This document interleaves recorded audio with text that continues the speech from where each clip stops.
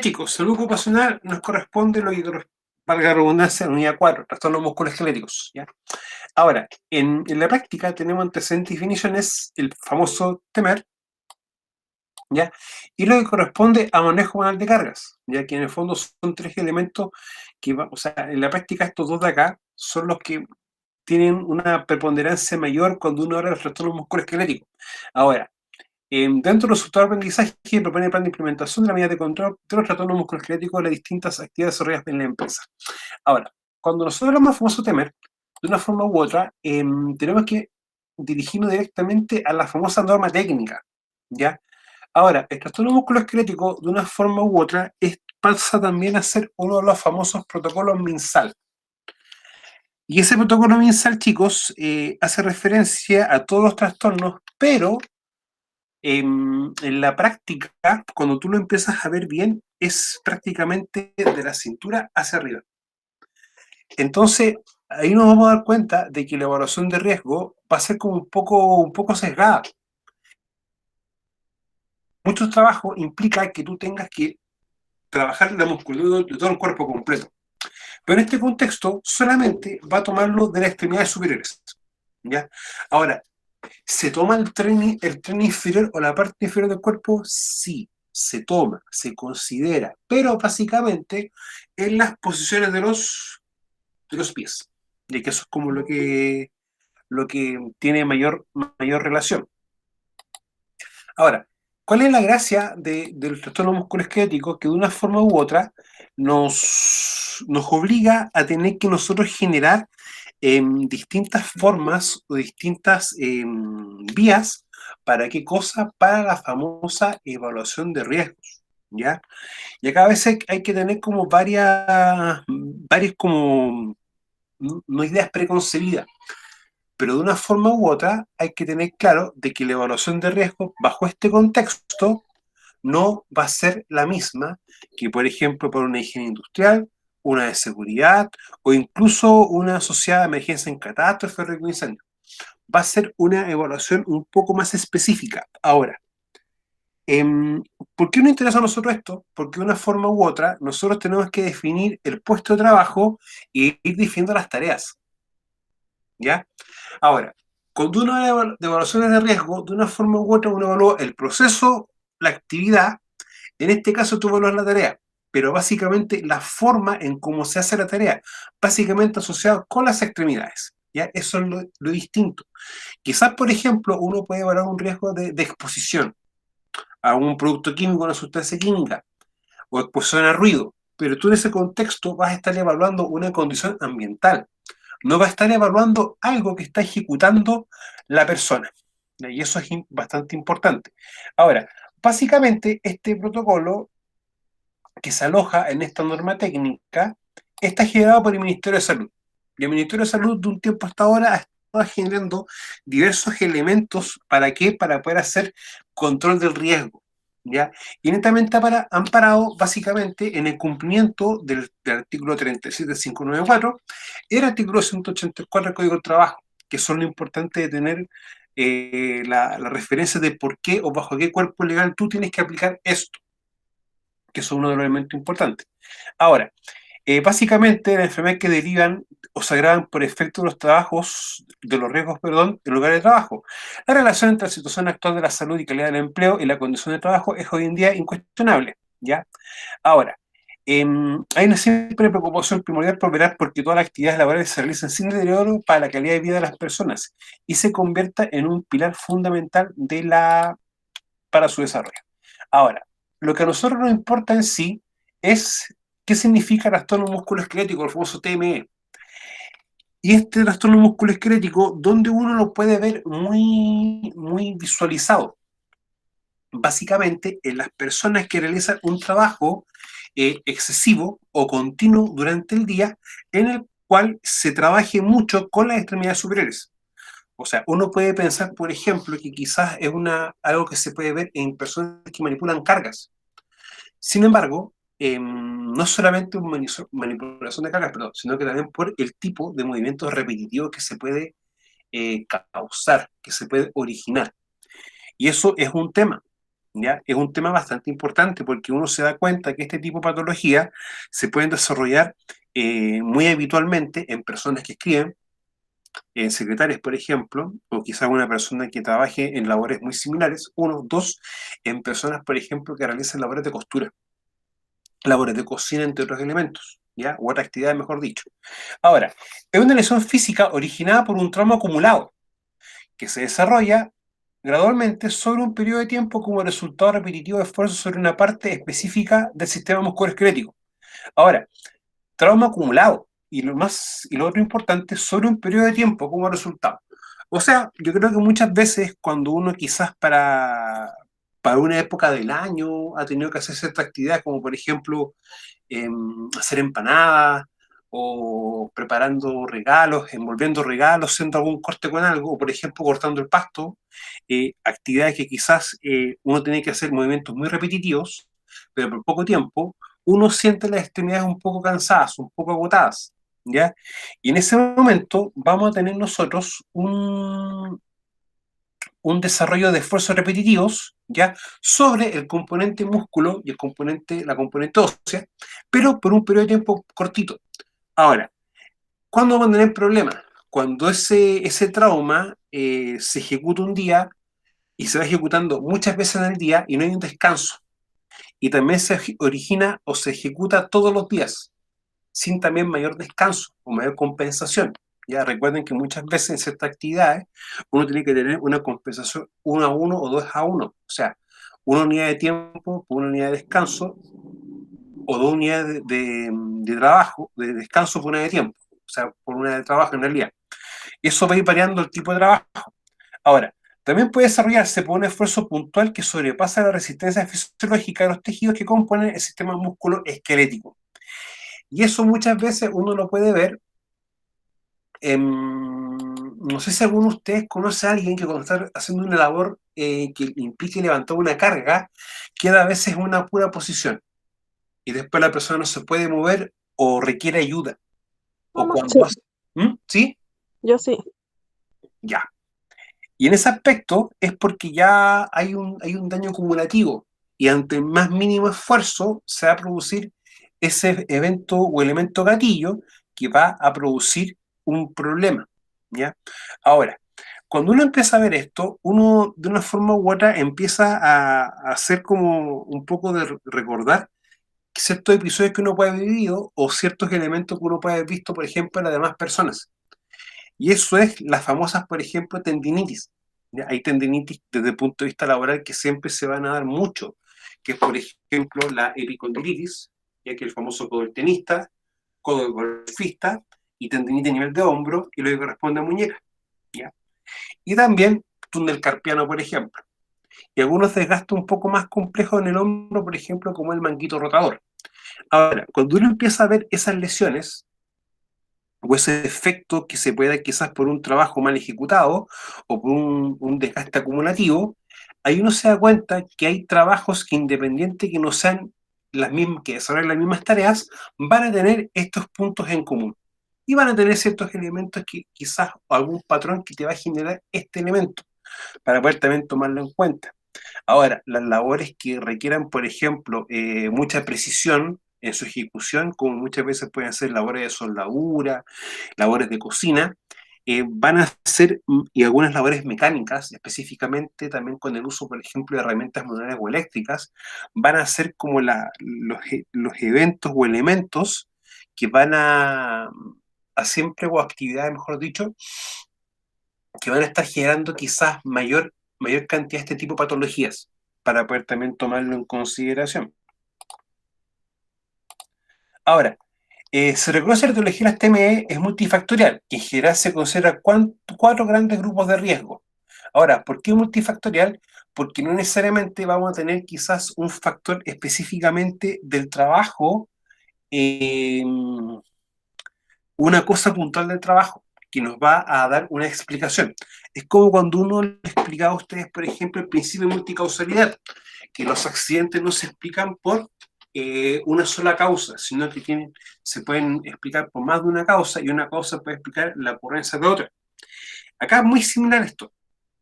¿Ya? Por eso que uno muchas veces también le explica que es muy importante tomar un trabajo y dividir en los distintos componentes del esquema, para que de una forma u otra uno pueda empezar a reconocer todos los factores de riesgo.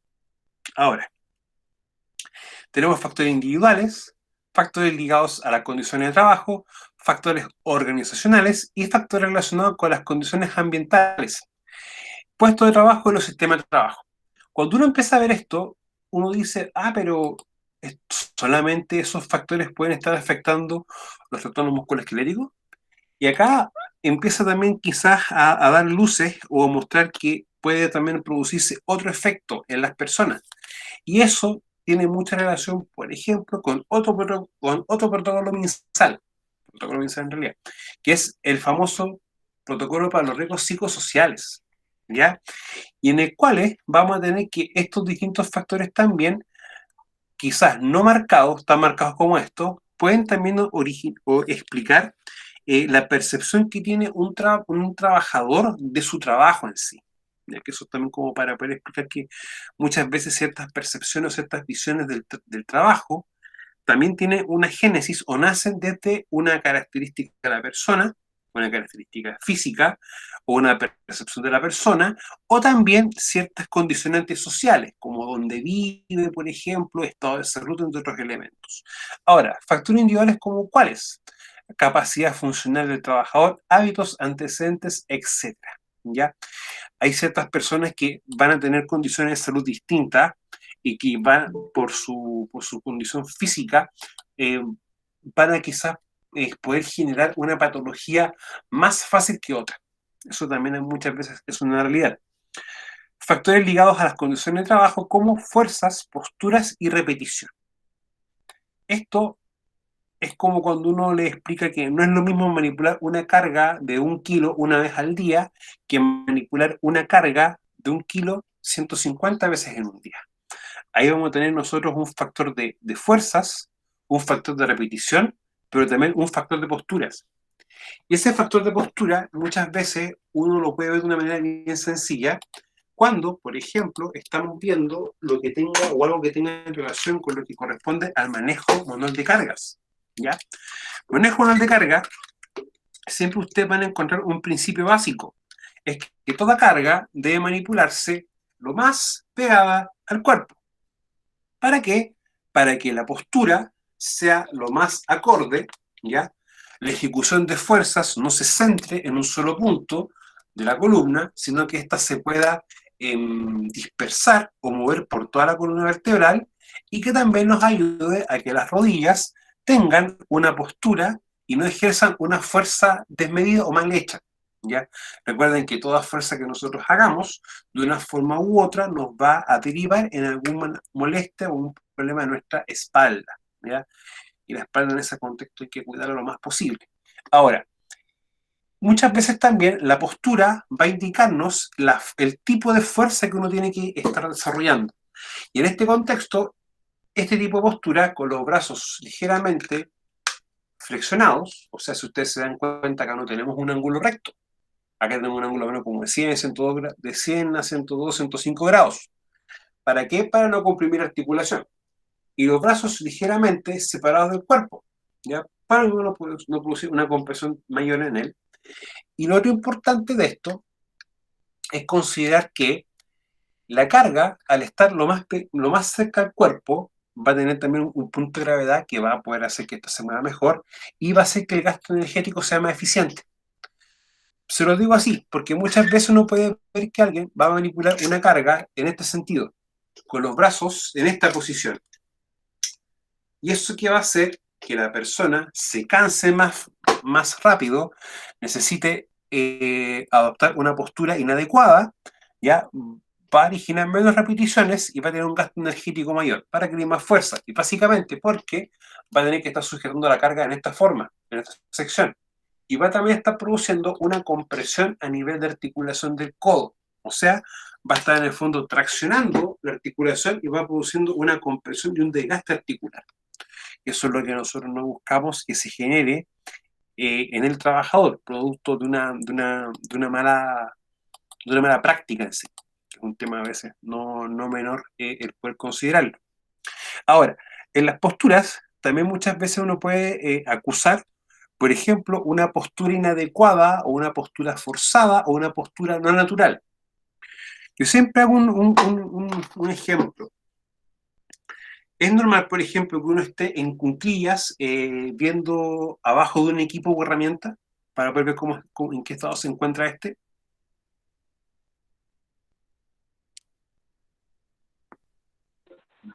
Sí. No, profe. Yo diría que No, no, profe, no es normal. no es normal, ¿ya?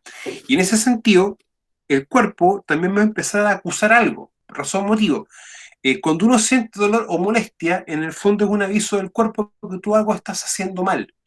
Y en ese contexto, muchas veces, la postura inadecuada va a hacer que tú empieces a comprimir parte o secciones de tu cuerpo. Y eso hay que tomarlo muy en cuenta. De ahí la importancia a veces de poder hacer estudios o análisis del puesto de trabajo, ¿ya? Básicamente, para ver cómo yo adapto el trabajo a la persona o cómo adapto ciertas situaciones al contexto para que la persona lo pueda hacer. Ahora, siempre privilegiando qué cosa, que el cuerpo esté lo más recto posible. Ahora, tenemos factores organizacionales como cuáles, cómo está organizado el trabajo, jornadas, horarios, pausas, ritmo y carga de trabajo, ¿ya? Y eso acá quizás no vamos a tener como una receta exacta de cómo hacer esto, porque en la práctica cada empresa o cada organización va a tener una forma en cómo ella organiza su labor. Sin embargo, hay que tener también cierto como ideas previas, en el cual las jornadas de trabajo, por ejemplo, no es lo mismo estar trabajando 9 horas que 12 horas, que estar trabajando 10 días continuos que un turno de 5 por 2 o 4 por 3. Vamos a tener tiempos distintos. Es un tema importante. Los horarios y las jornadas también vienen muchas veces asociados a los turnos día y turnos noche. En la noche el cuerpo va a tender siempre a reaccionar de manera distinta o manera diferente, producto de que nosotros estamos acostumbrados a dormir en la noche, quizás no a trabajar en sí. Y los ritmos de carga de trabajo, que esto va a también estar dependiente de lo que quizás se esté laborando en sí o desarrollando. Ahora, los ritmos de carga de trabajo, desde una perspectiva, uno lo puede llevar al plano físico, al ejecutar labor, o también uno lo puede llevar al plano psicológico en la ejecución de tareas y la dificultad muchas veces de cómo se ejecuta o se desarrolla dicha tarea. Eso también uno puede verlo de una perspectiva u otra. O sea, muchas veces, cuando ustedes tienen que hacer muchos trabajos, muchas tareas, se les puso un cansancio físico y un cansancio emocional, equivalente muchas veces a un cansancio por estar haciendo alguna actividad manual. Y a veces tenemos ciertos elementos que considerar. Ahora, factores relacionados con las condiciones ambientales de los puestos y sistemas de trabajo, como temperatura, vibración, exposición a ruido, entre otros. La exposición a ruido muchas veces genera efectos en el cuerpo, ¿ya? Y esos efectos tienden muchas veces a que la musculatura tienda también a comprimirse. ¿Ya? Eso también va a ser otro elemento importante a considerar. En cuanto a las definiciones, tenemos esto, extremidades superiores o EESS, segmento corporal que comprende las estructuras anatómicas del hombro, brazo, antebrazo, codo, muñeca y mano, ¿ya? Por eso es que uno le explica que el TEMET siempre va a considerar las extremidades superiores, o sea, desde la cintura hacia arriba, y que para ciertas metodologías o cierto tipo de evaluación va a considerar cómo está la posición de los pies y también cómo van a estar las rodillas y en qué posición también va a estar la espalda, para poder también tomarlo en consideración. Ahora, tenemos el trastorno musculoesquelético de la extremidad superior, que es el famoso TEMES, ¿ya? No confundir con el famoso TEMER, ¿ya? Eso es como el TEMER en sí, lo que está asociado a la norma técnica. Y el TEMES está asociado de una forma u otra al trastorno en la musculatura o en la parte ósea, o en ambas, o en una componente de ambas. Ahora, alteraciones a las unidades musculotendinosas de los nervios periféricos o del sistema vascular extremidad superior. Y acá, chicos, vamos a tener siempre que pensar o tener como la siguiente frase, la siguiente lógica. La actividad que uno realiza, de una forma u otra, te va a decir el tipo de patología que tú puedes llegar a desarrollar siempre y cuando no se aplique ningún control. ¿ya? Un control definido por la organización. Y acá a veces hay que tener como una lógica. Muchas veces cuando uno habla de medidas de control, uno como que de cabeza o de una pura forma, uno se centra, por ejemplo, en el EPP, en el EPP, ya, o medida de ingeniería. Bueno, para este contexto, para todos los músculos esqueléticos, muchas veces las medidas de ingeniería son bastante buenas, como por ejemplo las traspaletas, quizás una grúa horquilla, carretillas, entre otros elementos, que ayudan a facilitar el movimiento y el traslado de ciertos elementos para que la persona no sufra un desgaste o quizás un mal uso de las energías propias. De ahí que también nos genere una lesión, que eso es lo importante. Ahora, siempre esto también identificándolo en que no se sobrepasen también los máximos de carga que se puedan manipular. De ahí que los medios mecánicos nos ayudan de una forma u otra, ¿qué cosa? A no sobrepasar estos límites que están definidos por ley, y lo otro, a que nosotros podemos estar generando un famoso trastorno, como lo que tenemos acá. Bueno, siempre en lo que corresponde a labores mecánicas, labores de soldadura, perdón, y labores, por ejemplo, de cocina, vamos a encontrar siempre túnel carpiano y tendinitis, que son como los elementos o como las patologías que más uno tiende a ver. En lo que son ámbitos de soldadura, las tendinitis, ya túnel carpiano, los tendinitis no solamente en esta sección del tendón, sino tendón bajo el codo, y también lesiones en la espalda, ¿ya? Y eso muchas veces por el mal diseño del puesto de trabajo o la ejecución de ciertas actividades, ¿ya? Yo siempre pongo un caso que me gustaría igual que lo revisáramos en estos días, cuando uno tiene que, por ejemplo, reparar un balde de un equipo, una maquinaria pesada. Y hay varias formas de hacerlo. Bueno, hay formas correctas, formas incorrectas y formas que no corresponde cómo se hace. ¿Ya? Pero ahí vamos a ver un caso puntual en estos días para que ustedes vean cómo se puede hacer un trabajo de dos formas y cómo esas dos formas pueden ocasionar riesgos similares, pero también efectos distintos a los trabajadores. ¿Ya? Y netamente por un tema de cómo se estén realizando las posturas, que es un tema no menor. Ahora, dentro de la definición importante tenemos trastorno musculoesquelético de las extremidades superiores relacionado con el trabajo, ¿ya? Y es un tema importante. Muchas veces se hace referencia a que quizás hay un trastorno musculoesquelético que no está definido o como que no tiene una explicación que tenga relación al trabajo. Y es un tema bien importante. No siempre nosotros tenemos que pensar algo. Cuando uno habla, por ejemplo, de accidente del trabajo, es toda lesión que sufra a causa con ocasión del trabajador, ¿ya? Pero o causa con ocasión del trabajo en sí. Cuando estamos hablando, por ejemplo, de la enfermedad profesional, que esta sea originada, pero por un elemento que sea, o que, por ejemplo, ¿cómo tiene un nombre específico?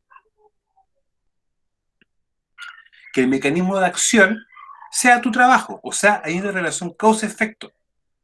Y eso es importante tomar en cuenta, porque les puede pasar muchas veces que van a encontrar trabajadores que están desarrollando patologías, pero que esas patologías no tienen relación con el trabajo. ¿Ya? Y eso a veces es bien, bien complejo, uno.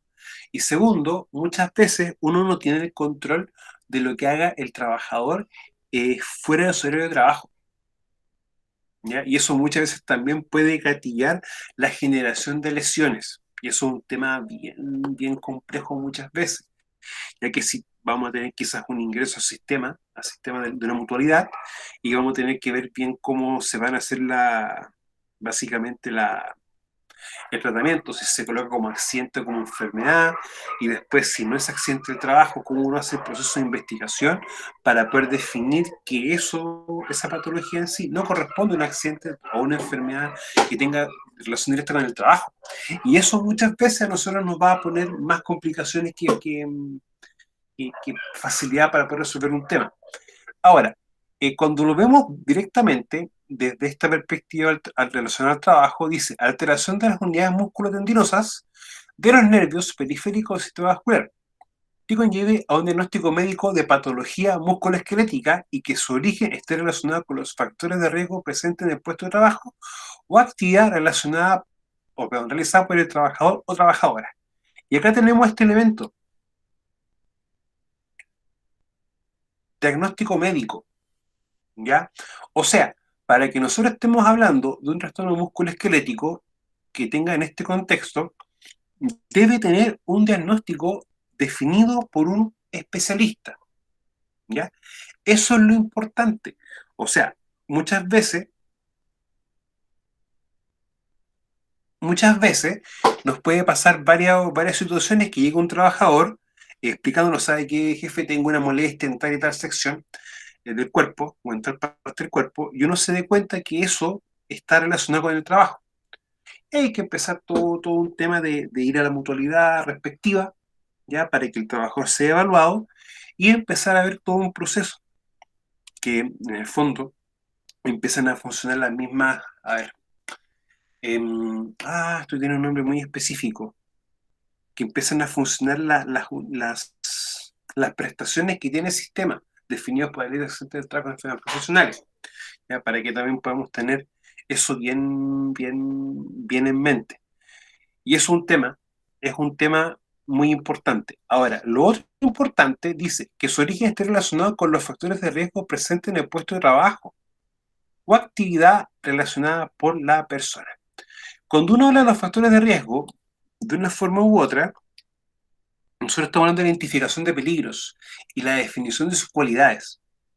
Por eso que uno siempre los insta a ustedes a hacer descripciones del GEMA para todas las actividades, procesos actividades que nosotros desarrollamos, uno. Dos, ver también, si no lo definimos claramente bajo ese punto de vista, ver también las distintas cualidades, o la etapa quali, que es lo que tiene y desarrolla muy bien el protocolo Prexor y el protocolo Planesi, por ejemplo.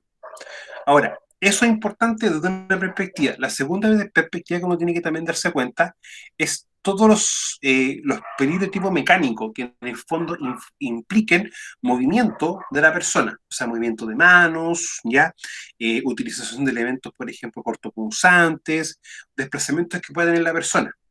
Y los otros factores de riesgo no menor son los factores de riesgo de origen higiénico: frío, calor, ruido, vibraciones.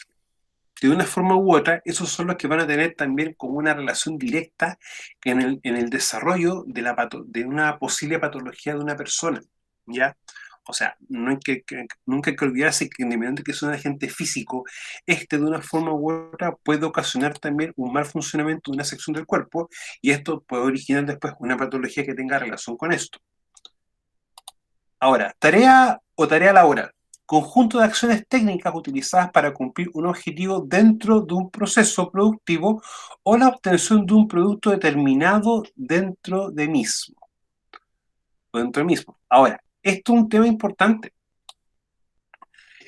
Cuando uno hace evaluaciones de riesgo, claro, uno dice, ok, vamos a definir procesos, actividad, tarea, o lo otro, es decir, oye, ¿cuáles son los puestos de trabajo que yo tengo en la empresa? Soldador, pintor, carpintero, por ejemplo, y de esos puestos de trabajo, yo definir cuáles son las tareas que realiza cada puesto de trabajo. Eso es una visión. Ahora, ¿qué recomienda uno siempre? Hacer ese mismo ejercicio. Buscar una empresa, ver cuáles son los procesos, actividades y tareas por cada proceso, ¿ya? Definir los procesos, sus actividades y tareas, y lo otro, ver los puestos de trabajo y las tareas que ellos realizan. Y eso hay que hacerlo, chicos, sí o sí, porque eso nos va a dar luces para hacer, primero que todo, evaluaciones de tipo ergonómica, uno. Dos, evaluaciones en función de lo que es la norma técnica, esta famosa norma, ¿ya? Y lo otro importante es que nos puede también ayudar a desarrollar las etapas cualitativas del protocolo Prexor y Planesi. Pero son motivos.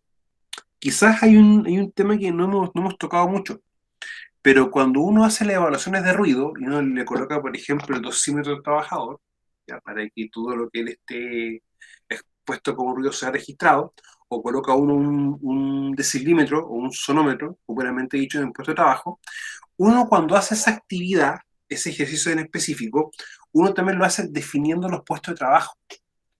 Razón motivo, porque uno, si quiere ver bien cuáles son los niveles de riesgo que están expuestos los trabajadores, uno va también a seleccionar las actividades que en sí tengan más puestos de trabajo o las áreas de trabajo que tengan más puestos de trabajo, para que las mediciones que uno haga sean también las más representativas. O sea, yo no saco nada con medir un puesto de trabajo o un área que no tenga trabajadores en sí o que no estén realizando labor, que eso es lo importante poder tomar en cuenta a la hora de poder eh, realizar las distintas evaluaciones. ¿Ya? Y eso hay que tomarlo siempre en cuenta, chiquillos, siempre. Nunca hay que eh, sistematizar la evaluación de riesgo desde una sola perspectiva.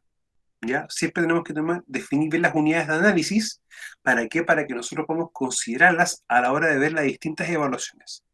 Ahora, ciclo de trabajo. Tiempo que comprenden todas las acciones técnicas realizadas en un periodo de tiempo que caracteriza la tarea como cíclica. Es posible determinar claramente el comienzo y el reinicio del ciclo con las mismas acciones técnicas. Esto, donde es más fácil poder visualizarlo en cualquier labor que implique el uso de herramientas manuales, ¿ya? Ya sea en labores mecánicas, por ejemplo, o en labores de cocina.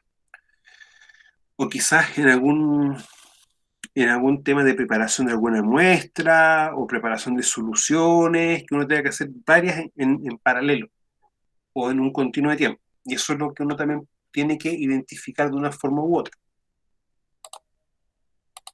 ¿Ya? Ahora, estos ciclos de trabajo, también yo les recomiendo que puedan considerarlo a la hora de ver las etapas o las cualidades para mediciones de ruido, ¿ya? Y también cuando tengan que hacer mediciones quizás de temperaturas y vibración en un trabajador.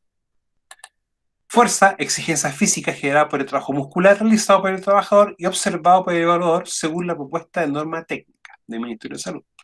Ahora, la fuerza también va a tener ciertas componentes a la hora de poder ver cierta exigencia ambiental, netamente asociado al concepto de carga térmica, ¿ya? Hay ciertos factores a veces de frío y de calor que va a hacer que la fuerza va a ser quizás un poco mayor de lo habitual. Y eso también puede generar un desgaste mayor en las personas, para también poder considerarlo.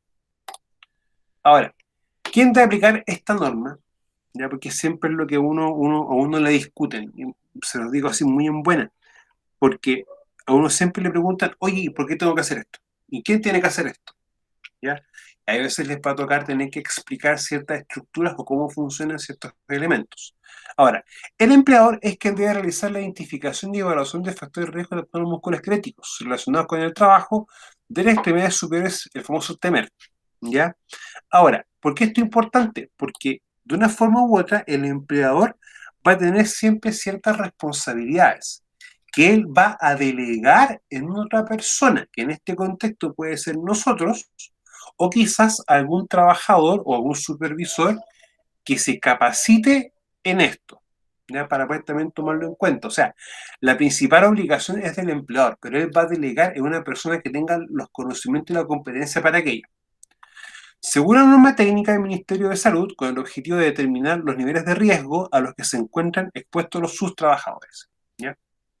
Ahora, les puede pasar también que les digan, oye, pero esto es función de la mutualidad hacer este trabajo. Y la respuesta es no. La mutualidad te va a asesorar a ti como empresa, te va a capacitar y te va a explicar cómo hacer esto. Pero el que tiene que hacer este trabajo es el empleador en sí. Recuerden que la mutualidad en este contexto tiene que dar siempre el apoyo y soporte técnico. Ahora, los factores de riesgo que valoraremos son movimientos repetitivos, fuerzas y posturas forzadas. O sea, estos son los tres principales elementos que se van a siempre evaluar. Ahora, las metodologías de evaluación, las más comunes son dos, REBA y RULA. Son como las dos más comunes, ¿ya?